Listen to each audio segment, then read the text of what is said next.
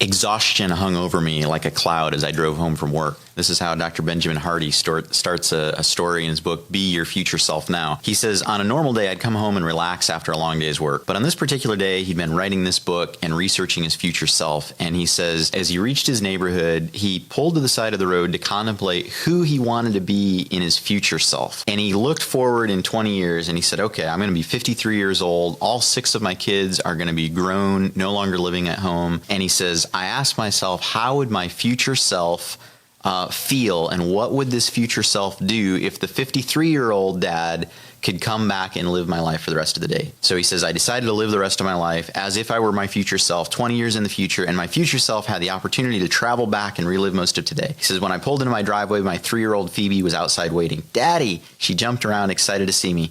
Watching my beautiful and witty daughter, I knew my future self 20 years from now would give anything to experience this single moment. And then he goes on and talks about how, he chases her and they giggle, and then he goes inside and there's chaos. Kids are playing, being energetic like normal kids are. But he says, instead of being annoyed by this, instead of being frustrated by the clutter, I love the toys scattered around the house. And he just describes how using this future self-orientation, thinking about what would it be like to get to come back and be myself now. And I just thought it was so powerful. I'm not a really emotional person, but I nearly cried reading this story, thinking about how much of the time do we throw away these incredible God-given opportunities to interact with our kids and our spouses and our friends and our businesses, and we just take it for granted. But imagine being your future self coming back. It's a powerful concept.